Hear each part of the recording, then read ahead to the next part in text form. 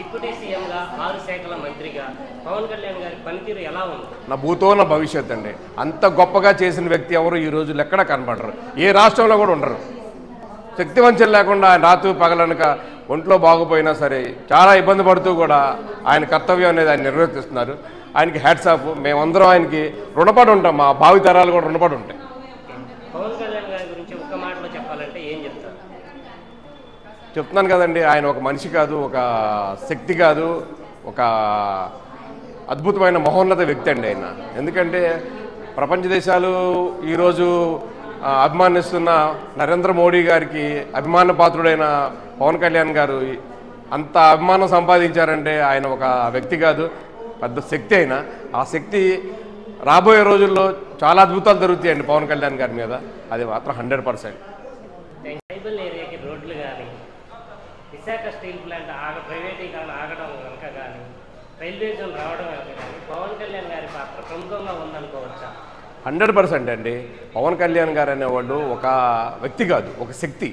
ఆయనకి for example మనం మోడీ గారు దీంట్లో చూస్తే ఎక్కడున్నా సరే అంత ఆప్యాయతగా దగ్గరికి వెళ్ళి అంత అభిమానంగా మనిషిని ఆలింగనం చేసుకుంటున్నారంటే ఆయనలో ఏదో ఒక అద్భుత శక్తి ఉంది. ఆ శక్తి వల్లే వైజాగ్ స్టీల్ ప్లాంట్ కానివ్వండి, వైజాగ్ రైల్వే జోన్ కానివ్వండి, మారుమూల ప్రాంతాల్లో 40,000 కిలోమీటర్ల రోడ్లు వేయడం కానివ్వండి, చరిత్రలో ప్రపంచ చరిత్రలో ఒక రాష్ట్రంలో ఒక జిల్లాలో ఒక ట్రైబల్ ఏరియాలో అంత అభివృద్ధి జరగడం అనేది అద్భుతం అండి. అలాగే 1400 చిల్లర గ్రామస్థాయి సభలు జరగడం గిన్నిస్ రికార్డ్, అది కూడా ప్రపంచ రికార్డ్. అది ఎక్కడ కూడా ఏ దేశంలో ఏ రాష్ట్రంలో కూడా జరగని పరిస్థితి. అది ఒక పవన్ కళ్యాణ్ గారి వల్ల అది జరిగింది. సార్ అలాగే చూసుకుంటే ఉండవల్లి అరుణ్ కుమార్ గారు ఆంధ్రప్రదేశ్కి ఆశాకిరణం పవన్ కళ్యాణ్ గారని కామెంట్ చేశారు. భవిష్యత్తులో తప్పకుండా ముఖ్యమంత్రి అవుతారండి ఆయన. ఎందుకంటే రాష్ట్రం దేశం ఆయన కోసం చూస్తుంది. ఏమంటే ముఖ్యమంత్రి కాదు, రేపు వచ్చే రోజుల్లో ప్రధానమంత్రి అయినా ఆశ్చర్యపోవసం లేదండి. ఎందుకంటే ఆయన వైపు ఆయన శక్తి కాదు, ఒక వ్యక్తి కాదు, ఒక శక్తి అయినా ఆ అద్భుతమైన వ్యక్తి కోసం రాష్ట్రమే కాదు దేశం కూడా ఎదురు చూస్తుంది. తిరుగులేని రాజకీయ శక్తిగా పవన్ కళ్యాణ్ ఎదుగుతున్నారు అనుకోవచ్చా? 100% అండి. ఆయన చేసే పనుల వల్ల కానీ ఆయన చేసే ఇది కానీ ఏంటండి, లేకపోతే ఆయన జీవితం ఎలాంటిదండి? ఏసీ పడగదుల రూపంలో హ్యాపీగా ఉండేది, ఎండల్లో వానల్లో అంత కష్టపడుతుంటే అది దేనికోసం కష్టపడుతున్నాడు? భావి తరాల కోసం, మన బిడ్డల కోసం కష్టపడుతున్నాడు ఆయన. ఊరికి అనలేదు ఆయన 25 ఏళ్ళు రాజకీయం చేస్తానని. మన బిడ్డల కోసం ఆయన భవిష్యత్తు అంతా త్యాగం చేసి ఈరోజు ఆయన రోడ్డు మీదకి వచ్చి నానా బాధలు పడుతూ ప్రతి అడ్డమైన వాడితో కూడా మాట్లాడిపించుకుంటూ, లేకపోతే ఏంటండి ఒక మాజీ సీఎం అయ్యి ఉండి వాడికి నోటికి ఎదుగుతుంది మాట్లాడడం, వాడు కత్తిపోటుకిను గొడ్డల పోటీకి, కోడి కత్తికి గొడ్డల పోటీకి ఇచ్చేసే మనిషి అతను. అలాంటి వ్యక్తి అసలు మాజీ సీఎంగా ఉన్నాడంటే మన దరిద్రం అది. అసెంబ్లీ సమావేశాలకి ఇప్పుడు జరుగుతున్న అసెంబ్లీ సమావేశాలకి మధ్య తేడా ఏమన్నా గమనించారా? చాలా తేడా ఉందండి. ఆ రోజుల్లో జరిగినవన్నీ కౌరవ సభలాగా జరిగినాయి అన్నీ. ఇప్పుడు జరిగిందంతా పాండవులు ఎలా జరుగుతారో ఆ టైప్ ఆఫ్ ఇదిలో జరుగుతుంది. ఏంటంటే బూతులు తప్పితే ఏ రోజు అసెంబ్లీ జరిగిందండి? వాడి మీద అది, వీడి మీద అది తప్పితే బూతులు తప్పితే అసెంబ్లీలో ఏదైతే జరగలేదు. ఈరోజు జరిగేదంతా ఇప్పుడు నువ్వు మగోడు అయితే నీ 11 మంది ఎమ్మెల్యేలను తీసుకొని అసెంబ్లీకి వెళ్ళి పోరాటం చేయి. నువ్వు కొద్దివాడు కాబట్టి వెళ్ళి ప్యాలెస్లు అక్కడెక్కడ పడుకుంటున్నాను. నీకు అదేం రోగం? అది నీకు ఎందుకు గెలిపించారు నిన్ను? నీ 11 మంది ఎందుకు గెలిపించారు నిన్ను? ప్రజల కోసం పోరాడతామని గెలిపించారు. నువ్వు ఎక్కడెక్కడ పడుకుంటున్నావు వెళ్ళి. దానికి అర్థం ఏంటి? నువ్వు రేపటి రోజు ఎమ్మెల్యే కూడా కాలేవు. ఇంకా ఆ పరిస్థితి నువ్వే తెచ్చుకుంటున్నావు. అసెంబ్లీలో జనసేన పార్టీ 21 మంది ఎమ్మెల్యేలు కానీ పవన్ కళ్యాణ్ గారి పనితీరు ఎలా అనిపిస్తుంది? చూడముచ్చటగా ఉందనుకోవచ్చా? చాలా అద్భుతంగా ఉందండి. ఏ రోజు ఏ రాజకీయ నాయకుడు ఏ పార్టీలు కూడా జరగని పరిస్థితుల్లో అభివృద్ధి జరుగుతుంది. అలాగే ఎంతో సమన్వయంతో మన పవన్ కళ్యాణ్ గారు అందరినీ నడిపిస్తూ రాష్ట్ర అభివృద్ధి కోసం తన సాయశక్తులకు కృషి చేస్తున్నారండి. ఎన్నడూ లేని విధంగా ట్రైబల్ ఏరియాకి రోడ్లు, విశాఖ స్టీల్ ప్లాంట్ ఆగడం, రైల్వే జోన్ రావడం వెనక పవన్ కళ్యాణ్ గారి పాత్ర ప్రముఖంగా ఉందనుకోవచ్చా? 2014 పార్టీ వ్యవస్థాపన చేసినప్పుడు నాటి నుంచి అధికారంలో లేకపోయినా కానీ సామాన్య ప్రజల కష్టాలని వాళ్ళ గుండె చప్పుడుని తెలుసుకున్నటువంటి వ్యక్తి పవన్ కళ్యాణ్ గారు. 10 సంవత్సరాల పాటు అధికారం రాకపోయినా కానీ అధికారం వస్తుందా రాదో కూడా తెలియనటువంటి పరిస్థితుల్లో 10 సంవత్సరాల పాటు కేవలం ప్రజల కోసం ప్రజలు అందులో చాలామంది రాజకీయం ఎట్లా చేస్తూ ఉంటారంటే ట్రైబల్ ఏరియాస్లో ఉన్నటువంటి పీపుల్ పెద్దగా పట్టించుకోరు. ఓటింగ్ని మాత్రమే అబ్జర్వ్ చేసుకొని ఎక్కడ హైయెస్ట్ ఓటింగ్ ఉందో ఆ ప్లేసెస్లో మాత్రమే అభివృద్ధి చేస్తానని చెప్పడం, లేదా 1-2 అభివృద్ధి పనులు చేసి ఓటింగ్ని సాధించడం చేస్తూ ఉంటారు. కానీ పవన్ కళ్యాణ్ గారు మాత్రం అట్లాంటి వాళ్ళు కాదు. ఒకసారి అరకు ఏవైతే ట్రైబల్ ఏరియాస్ ఉన్నాయో ఆ ట్రైబల్ ఏరియాస్లో విజిట్ చేసినప్పుడు ఒక ఆవిడ ముసలావిడ అడిగినటువంటి మాట, అయ్యా మీరు మా పరిస్థితిని అబ్జర్వ్ చేయండి, మేము కనీసం హెల్త్ బాగోకపోతే హాస్పిటల్ ఎట్లాగో లేవు, కనీసం హాస్పిటల్కి రీచ్ అవ్వడానికి సరైనటువంటి రహదారి కూడా లేదయ్యా, ఇంత బాధపడుతున్నాం, కనీసం మా ట్రైబల్ పీపుల్ యొక్క ఆవేదన ఎవరు కూడా గతంలో ఉన్నటువంటి రాజకీయ నాయకులు అందరూ కూడా మా ఓటింగ్ని తీసుకున్నారు తెస్తే కానీ ఏదో ఎలక్షన్ అప్పుడు ఏదో 1-2 మాటలు కలబుల మాటలు చెప్పేయటం, ఎలక్షన్ అయిపోయిన తర్వాత మా బాధలను పట్టించుకున్న నాయకుడు ఎవరూ లేరయ్యా, మీ గురించి మేము విన్నాం, తప్పనిసరిగా మీరైతే మాత్రం చేస్తారని చెప్పేసినట్టే పవన్ కళ్యాణ్ గారు ఆ రోజు అన్నారు. అమ్మా నేను ఎవరిని నేను ముఖ్యమంత్రిని కాదు, కనీసం ప్రజాప్రతినిధిని కూడా, అసలు కనీసం ఒక ఎమ్మెల్యే కూడా కాదయ్యా, అది నీ వల్ల మాత్రమే అయిద్దని చెప్పేసి చెప్పినటువంటి ఆమె కళ నెరవేరిందని చెప్పేసి ఈరోజు మేము జన సైనికుడిగా నేను చెప్తా ఉన్నాను. అట్లాంటి సమస్యలని తీసుకొని అదేవిధంగా మనం చూసాం ప్రభుత్వంలో ఉన్నటువంటి జగన్మోహన్ రెడ్డి కిందటిసారి కౌలు రైతులను ఆదుకోకపోతే ప్రభుత్వం లేనటువంటి మా పవన్ కళ్యాణ్ గారు ప్రతి కౌలు రైతుకి 50,000 రూపాయలు ఇచ్చినటువంటి ఘనత మా పవన్ కళ్యాణ్ గారు. అట్లాంటిది ఎన్నో కార్యక్రమాలు ప్రభుత్వంలో లేకుండా ఉన్నప్పుడే ఎన్నో కార్యక్రమాలు చేస్తే మరి ప్రభుత్వంలోకి వచ్చినాక ప్రతి గ్రామాలకు కూడా గ్రామీణాభివృద్ధి శాఖ తీసుకున్నటువంటి మా పవన్ కళ్యాణ్ గారు ప్రతి గ్రామానికి గ్రామం టు గ్రామం రహదారి కనెక్టివిటీ చేస్తూ అసలు దేశంలోనే ఇలాంటి గ్రామీణాభివృద్ధి ఇలాంటి గ్రామీణ శాఖ మంత్రి ఎక్కడా లేని విధంగా అలాంటి మన్నలు పొందినట్టు వ్యక్తి ఎవరు ఉన్నారంటే మా పవన్ కళ్యాణ్ గారు. ఇట్లాంటి దయచేసి చౌకబారు మాటలు మాట్లాడి మీ వైసీపీని గుర్తుపట్టని పార్టీగా దయచేసి చేసుకోవద్దు ఆంధ్రప్రదేశ్లో. ఎప్పుడు 2021లోనో 22లోనో మేము అందరం చూసాం. అది ఆ పెద్ద ఆవిడ ఆ బాబు చేస్తాడు మాకు నమ్మకం ఉంది అని అన్నారు కదా, ఆ మాటల్ని మనసులో పెట్టుకుని గుర్తు పెట్టుకుని ఆయన డిప్యూటీ సీఎంగా అవగానే ఆ పని చేయడం అంటే అది ఇంతవరకు అలాంటి నాయకుడిని చూసారా? ఇట్లాంటి మీరు ఇప్పుడు కొన్ని సమస్యలు మాత్రమే చూశారు. ఇట్లాంటి సమస్యలు వేలాది సమస్యలను కూడా కళ్యాణ్ గారు ప్రతిదీ కూడా తన దగ్గర పెట్టుకుంటున్నారు. అది ప్రతిదీ కూడా సమయం వచ్చినప్పుడు ఆ సమస్యలన్నింటినీ కూడా పరిష్కరించి ప్రజలకు మంచి చేసే విధంగా ఉన్నారని చెప్పేసి చెప్తా ఉన్నాం. అదేవిధంగా ప్రభుత్వం వచ్చినాక కూడా కొంతమంది ఏంటంటే ప్రభుత్వం వచ్చినాక ఎమ్మెల్యేలు కానీ మంత్రులు కానీ ముఖ్యమంత్రి ఉప ముఖ్యమంత్రిని డైరెక్ట్గా కలిసేటువంటి యాక్సెస్ ఉండదు. కానీ పవన్ కళ్యాణ్ గారు మొట్టమొదటిసారిగా ఏం చేశారంటే పార్టీ కార్యాలయం ముందు జనవాణి కార్యక్రమం పెట్టి ప్రతి నియోజకవర్గంలో రాష్ట్రంలో ఉన్నటువంటి 175 నియోజకవర్గాల్లో ఏ వ్యక్తికైనా కానీ ఒక జనసేన వారే కాదు, టీడీపీ వారే కాదు, బీజేపీ వారు కాదు, వైసీపీ నాయకులైనా కానీ వాళ్ళకి ఎట్లాంటి సమస్య ఉన్నా కానీ పార్టీలకు అతీతంగా వాళ్ళ సమస్యలను తీర్చే లక్ష్యంగానే జనవాణి కార్యక్రమం పెట్టి ఎన్నో వాళ్ళ సమస్యలను తీసుకొని పరిష్కరించే దిశగా కొన్ని వెంటనే ఇమీడియట్గా అయ్యే విధంగా కొన్ని సంబంధిత ఎమ్మెల్యే గారితో లేకపోతే సంబంధిత అధికారులతో మాట్లాడి వాళ్ళ సమస్యలను పరిష్కారం చేసే దిశగా జనవాణి కార్యక్రమం పెట్టడం మనం చూసాము. ఇట్లాంటిది రాష్ట్ర ప్రజలందరూ కూడా మీ సమస్యలన్నింటినీ కూడా జనవాణి కార్యక్రమానికి దృష్టికి తీసుకొచ్చి మీ సమస్యలను పరిష్కరించుకోవాల్సిందిగా జనసేన పార్టీ కోరుతా ఉన్నాం. రీసెంట్గా ఉండవల్లి అరుణ్ కుమార్ గారు పవన్ కళ్యాణ్ గారి గురించి కొన్ని కామెంట్స్ చేశారు. ఆంధ్రప్రదేశ్కి ఆశాకిరణం పవన్ కళ్యాణ్ గారు అన్నారు. ఆంధ్రప్రదేశ్కి ఆశాకిరణమో కాదో 2024 ఎలక్షన్లో పవన్ కళ్యాణ్ గారు చూపించారు.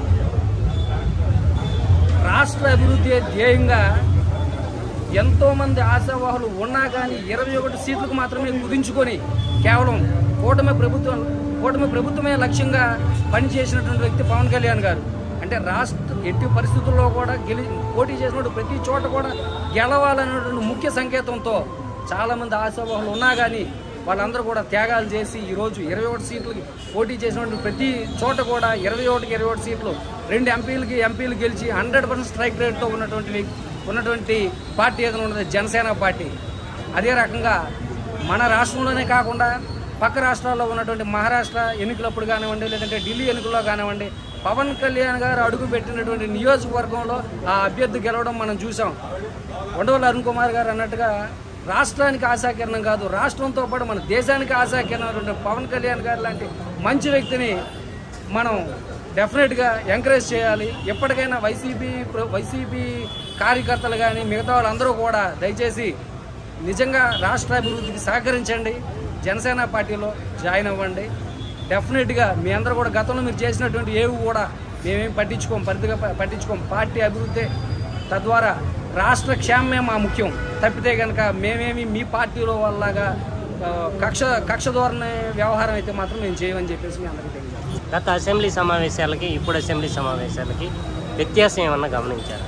గత అసెంబ్లీ సమావేశాలంటే గుర్తుపెట్టుకోండి, మీరు 151 సీట్లు గెలిచి అపోజిషన్లో ఉన్నటువంటి టీడీపీ కానీ మిగతా మా జనసేన పార్టీలో ఉన్నటువంటి ఏకైక ఒక ఎమ్మెల్యే కానీ మిగతా అందరూ కూడా అసెంబ్లీకి హాజరవడం చూసాం. గుర్తుపెట్టుకోండి, ప్రజానాయకులు ఎప్పుడు కూడా ఒక నియోజకవర్గం నుంచి ఒక ప్రతినిధిని ఎన్నుకున్నారంటే ఆ నియోజకవర్గంలో ఉన్నటువంటి సమస్యల్ని రాష్ట్రం దృష్టికి తీసుకురావాలంటే ఒక అసెంబ్లీలో మనం మాట్లాడి ఆ నియోజకవర్గంలో ఉన్నటువంటి సమస్యల్ని చూపించి ఆ సమస్యల పరిష్కారం చూపించే విధంగా రాష్ట్ర అసెంబ్లీలో మనం మాట్లాడాలి. అదేవిధంగా 164 సీట్లు గెలిచినటువంటి ఈ కూటమి ప్రభుత్వంలో కేవలం 11 సీట్లు మాత్రమే గెలిచారని చెప్పేసి బాధ కొద్దీ అసెంబ్లీలో అడుగు పెట్టాలి. మొన్న అసెంబ్లీ సమావేశాలప్పుడు కూడా మనం చూసాం, కేవలం ఏదైతే 60 సెషన్లకి అసెంబ్లీ 60 సెషన్లకి రాకపోతే కనుక శాసనసభ సభ్యత్వం రద్దు అవుతుందనే కేవలం ఉద్దేశంతో మాత్రమే జగన్మోహన్ రెడ్డి గారు మన అసెంబ్లీకి రావడం జరిగింది. అసెంబ్లీకి వచ్చి హాజరించుకొని బాయ్కాట్ అని చెప్పేసి మిగతా ఎమ్మెల్యేలను కూడా తీసుకెళ్ళిపోయారు. తనతో పాటు ఒకటి నేను అడుగుతున్నా, జగన్మోహన్ రెడ్డి గారితో పాటు మిగతా ఉన్నటువంటి 10 ఎమ్మెల్యేలను కూడా నేను అడుగుతా ఉన్నాను, నిజంగా మీరు నియోజకవర్గంలో ప్రజలందరికీ కూడా మోసం చేసిన వాళ్ళకి కాదా అని చెప్పేసి మిమ్మల్ని ప్రశ్నిస్తా ఉన్నాను. ఒకసారి మీరు అందరూ కూడా ఆత్మ పరిశీలన చేసుకోండి. ప్రజలు మీరు ఎంతో ఇష్టమైన నాయకులుగా మిమ్మల్ని గెలిపించారంటే, ఒక ఎమ్మెల్యేగా గెలిచారంటే దాని అర్థం ఏంటి? అసలు మీ ప్రయోజనాల కోసం గెలిచారా? మీ ప్రయోజనాల కోసం అసెంబ్లీకి వెళ్తారా? వాళ్ళ నియోజకవర్గంలో ఉన్నటువంటి సమస్యల్ని, ఆ నియోజకవర్గాన్ని అభివృద్ధి చేసేటువంటి దిశగా మీరు అసెంబ్లీలో అడుగు పెట్టాలి. తప్పితే కానీ మీ నాయకుడు చెప్పాడని చెప్పేసి బాయ్కాట్ అంటే వెంటనే వెళ్ళిపోయి నిజంగా ఆ నియోజకవర్గంలో ఉన్నటువంటి ప్రజల్ని మీరు అవహేళన చేశారు, అపహాస్యం చేశారు. నిజంగా రెండోసారి కనుక మీరు నెక్స్ట్ టర్మ్ ఓట్లు అడగడానికి వెళ్తే కనుక మిమ్మల్ని తరిమి కొడతారు మీ నియోజకవర్గ ప్రజలని చెప్పేసి మీ అందరికి కూడా తెలియజేస్తాము. ఒక్క మాటలో పవన్ కళ్యాణ్ గారి గురించి చెప్పాలంటే ఏం చెప్తారు? పవన్ కళ్యాణ్ గారు నిజంగా మన రాష్ట్రంలో ఉండడం రాష్ట్ర ప్రజలు చేసుకున్నటువంటి అదృష్టం. అట్లాంటి వ్యక్తి చాలా అరుదుగా దొరుకుతారు, చాలా అంటే చాలా అరుదుగా. కొంతమంది ఏంటంటే ధనార్జన కోసం అని చెప్పేసి రాజకీయాల్లోకి వస్తారు, పవర్ కోసం కొంతమంది వస్తూ ఉంటారు. కానీ ఈ వ్యక్తి మాత్రం రాష్ట్రంలో ఉన్నటువంటి రాష్ట్ర అభివృద్ధి, రాష్ట్రంలో ఉన్నటువంటి ప్రజలందరూ కూడా క్షేమంగా ఉండాలని చెప్పేసి పరితపించే వ్యక్తి అండి ఆయన దగ్గర కేవలం సినిమాలు మాత్రమే చేసుకుని సంపాదించిన డబ్బుతో ఇంత అభివృద్ధి చేశాడు. గెలవక ముందు ఇన్ని నియోజకవర్గాలన్నీ కూడా తిరిగి తన దగ్గర ఉన్న డబ్బుని ప్రజలకు పంచిపెట్టాడు. అట్లాంటి మహానుభావుడు ఇంకెప్పుడైనా మన జీవితంలో ఇంకెప్పుడైనా కనపడతాడండి. ఆ రోజుల్లో వంగవీటి మోహన్ రంగా గారు అనుకున్నారు. వంగవీటి మోహన్ రంగా గారు చనిపోయి ఏ లోకంలో ఉన్నా కానీ అసలు ఆయన రాజకీయంలో ఆయన వారసుడిగా పవన్ కళ్యాణ్ గారిని ఈరోజు మనం చూసుకుంటా ఉన్నాం. అలాంటి వ్యక్తి ఇంకా అరుదు. తిరుగులేని రాజకీయ శక్తిగా పవన్ కళ్యాణ్ గారు ఎదుగుతున్నారు అనుకోవచ్చా? తిరుగులేని రాజకీయ శక్తిగా. ఇంకోటి ఏంటంటే సార్, ప్రతి రాజకీయ పార్టీలో కూడా అంటే తండ్రి పార్టీ స్థాపించి కొడుకుల తర్వాత వాళ్ళ వారసత్వ రాజకీయాన్ని ఎంకరేజ్ చేసేటువంటి పార్టీలు మనం చాలా చూసాం. కానీ జనసేన పార్టీ అట్లాంటిది కాదు. ఈయన పార్టీ స్థాపించాడు. పార్టీలో మీరు చూసుకోండి, పార్టీలో ప్రతి కులస్తులు, ప్రతి మతస్థులను కూడా లింగ భేదం లేకుండా వీరమహిళలతో కూడా అందరికి కూడా సరిపడాటువంటి అధికారం ఇచ్చి పార్టీని ఆ విధంగా ముందుకు తీసుకెళ్తా ఉన్నారు. వారసత్వం ఇట్లాంటి ఆలోచన కూడా ఆయనకి లేదు. అసలు ప్రజల కోసం పరితపించే నాయకులను, జెన్యూన్ క్యాండిడేట్స్ని మాత్రమే ప్రతి నియోజకవర్గంలో గుర్తించి అలాంటి వ్యక్తుల్ని ఎన్నుకోవాలి. అని చెప్పేసి ఆయన పరితపిస్తున్నారు. అంటే తిరుగులేని నాయకుడిగా ఎదుగుతారు డెఫినెట్గా. డిప్యూటీ సీఎంగా పవన్ కళ్యాణ్ గారి పనితీరు ఎలా అనిపిస్తుంది? 100%. ఇప్పుడు మా సీట్లు 21కి 21 100% స్ట్రైక్ రేట్ ఎలా వచ్చిందో ఆయన నాయకత్వం, ఆయన డిప్యూటీ సంబంధించిన సేవలు కానీ 100% మాకు స్ట్రైక్ రేట్ కానీ కనిపిస్తుంది. అలాగే పంచాయతీరాజ్ శాఖ మంత్రిగా, అటవీ శాఖ మంత్రిగా, 6 శాఖల మంత్రిగా పవన్ కళ్యాణ్ గారి పనితీరు కానీ ఆయన చేపట్టే కార్యక్రమాలు కానీ మీకు ఎలా అనిపిస్తుంది? ఆయన తీసుకున్న శాఖలన్నీ ఆయనకి ఇష్టమైన శాఖలను తీసుకున్నారు కాబట్టి ఏ వర్క్ అయినా సరే ఇష్టంగా చేసే వర్క్ కాబట్టి 100% ఆయన చేసే శాఖలు 100% ప్రజలకి ఉపయోగపడేటట్టుగానే జరుగుతూ ఉన్నాయి. పబ్లిక్ నుంచి కూడా మేము వెళ్తున్నప్పుడు అక్కడెక్కడ అందరినీ కనుక్కున్నాం, అందరూ కూడా సాటిస్ఫాక్షన్గానే ఉంది. పవన్ కళ్యాణ్ గారి గురించి ఒక మాటలో చెప్పాలంటే ఏం చెప్తారు? ఆయన మేము ఎప్పుడు దైవంగా కొలుస్తూ ఉంటాం. జనసేన పార్టీలో మాకు ఆయన దైవం లెక్క. మేము ఎప్పుడు దైవం డైరెక్ట్గా కనిపించదు కాబట్టి ఒక మనిషి రూపంలో కనిపిస్తుంది కాబట్టి మా నాయకుడు మేము దైవంగా కొలుస్తాం. ఉండవల్లి అరుణ్ కుమార్ రాష్ట్రానికి ఆశాకిరణం పవన్ కళ్యాణ్ గారు అన్నారు. 100% అండి. అది ఎప్పుడైనా సరే ఇప్పుడు మీరు కూటమిలో కూడా చూసినా సరే చంద్రబాబు నాయుడు గారి తర్వాత నాయకుడు ఎవరంటే కళ్యాణ్ గారి పేరే వస్తుంది. అది 100% రాబోయే తరానికి రాబోయే కాలానికి కళ్యాణ్ గారే నాయకుడు. ట్రైబల్ ఏరియాకి పవర్ కానీ రోడ్లు కానీ రావడం వెనుక, విశాఖ స్టీల్ ప్లాంట్ ఆగడం వెనుక, అలాగే రైల్వే జోన్ రావడం వెనుక ప్రముఖ పాత్ర పవన్ కళ్యాణ్ గారు ఉందనుకోవచ్చా? 100%. ఎందుకంటే ఒక నిజాయితీ నాయకుడు ఈ కూటమిలో ఉండడం, అది బీజేపీతో కలిసి మేము జర్నీ చేయడం, మా నాయకుడు చెప్పిన ప్రతి మాట దాన్ని వాల్యూగా తీసుకుని బీజేపీ వాళ్ళు యాక్సెప్ట్ చేసి ఆయన చేసిన ప్రతి ఒక్క పోరాటానికి ఆన్సర్గా ఈరోజు కూటమి గవర్నమెంట్లో రోడ్లు కానీ విశాఖ స్టీల్ కానీ ఆయన అడిగిన ప్రతి కోరిక న్యాయం ఉంది కాబట్టి ప్రజల తరపున కళ్యాణ్ గారికి కూటమి ప్రభుత్వం చేస్తుందని మేము అనుకుంటున్నాం. గత అసెంబ్లీ సమావేశాలకి ఇప్పుడు జరుగుతున్న అసెంబ్లీ సమావేశాలకి తేడా ఏమన్నా గమనించారా? 100%. ఒక అసెంబ్లీ మేము చిన్నప్పుడు ఉన్నప్పుడు అసెంబ్లీ ఎంత పద్ధతిగా జరిగేదో అదే చిన్నప్పుడు కాలంలో ఉండే అసెంబ్లీని ఈరోజు మేము చూస్తూ ఉన్నాము కాబట్టి మాకు కూడా చాలా ఆనందంగా ఉంది. అసెంబ్లీ అంటే చిన్నపిల్లలకి మాతో మా పిల్లలకు కూడా ఈరోజు టీవీలో అసెంబ్లీ చూపించగలుగుతున్నాం. లాస్ట్ 5 years జరిగిన అసెంబ్లీ వస్తే టీవీ ఆఫ్ చేసి ఉండేవాళ్ళం. పవన్ కళ్యాణ్ గారు అసెంబ్లీలో మాట్లాడే తీరు కానీ వ్యవహార శైలి కానీ చూడముచ్చటగా ఉందనుకోవచ్చా? 100%. ఆయన చూస్తే ప్రతి ఒక్కరు కూడా కూటమిలోనే కాదు, కొంతమంది నాకు తెలిసిన సర్కిల్ వైఎస్ఆర్సీపీ వాళ్ళు కూడా ఆయన మాట్లాడిన మాటల్ని స్టేటస్ కింద పెట్టుకుని ప్రజల్లోకి వాళ్ళే తీసుకెళ్తా ఉన్నారు. చాలామంది వైఎస్ఆర్సీపీ వాళ్ళు 50% ఇప్పుడు మా జనసేన పార్టీలో జాయిన్ అవ్వడానికి వెయిట్ చేస్తున్నారు. బట్ మా నాయకులు బ్యాక్గ్రౌండ్ చూసుకుని మంచి నాయకులే రావాలనే ఉద్దేశంతో అందరినీ మేము ఎంక్వైరీ చేసే జాయిన్ చేసుకుంటాం. అంటే అసెంబ్లీ అంటే ఓకే ఇలా ఉంటారా, ఇలా బూతులు తిట్టుకుంటారా, ఇలా అని అనుకునేవాళ్ళం. కానీ ఈ రోజున అసెంబ్లీ సమావేశాలు జరుగుతున్న తీరు కానీ అద్భుతంగా ఉందనుకుంటా. అంటే ఫ్యూచర్లో ఇది కంటిన్యూ అయ్యిద్ది అనుకోవచ్చా? ఇలాగే హుందాతనం అండి. ఎప్పుడైనా సరే ఎవరైనా ఏ నాయకుడైనా హుందాతనాన్ని కోరుకుంటారు. హుందాతనంగా ప్రజలు కూడా ఆ హుందాతనాన్ని చూడాలనుకుంటారు. మన రాష్ట్రం బాగుండాలని ప్రతి ఒక్కరు కోరుకుంటారు. మేము అలా కోరుకునే పార్టీలో 2014 నుంచి ఈ రోజు వరకు పోరాడుతూ ఉన్నాం కాబట్టి ఆ హుందాతనాన్ని ఎప్పుడు అందరూ ఇష్టపడుతూనే ఉంటారు. అందరూ ఆనందంగా ఉండాలనేది ప్రతి జీవితంలో ప్రతి ఒక్కరికి ఆశ. అలాగే అసెంబ్లీ కూడా హుందాగా ఉండాలనేది మా కోరిక, ప్రజల కోరిక. లేని రాజకీయ అతీత శక్తిగా పవన్ కళ్యాణ్ గారు ఎదుగుతున్నారు అని అనుకోవచ్చా? 100%. ఆయన రాష్ట్ర నాయకుడు కాదు, దేశ నాయకుడు.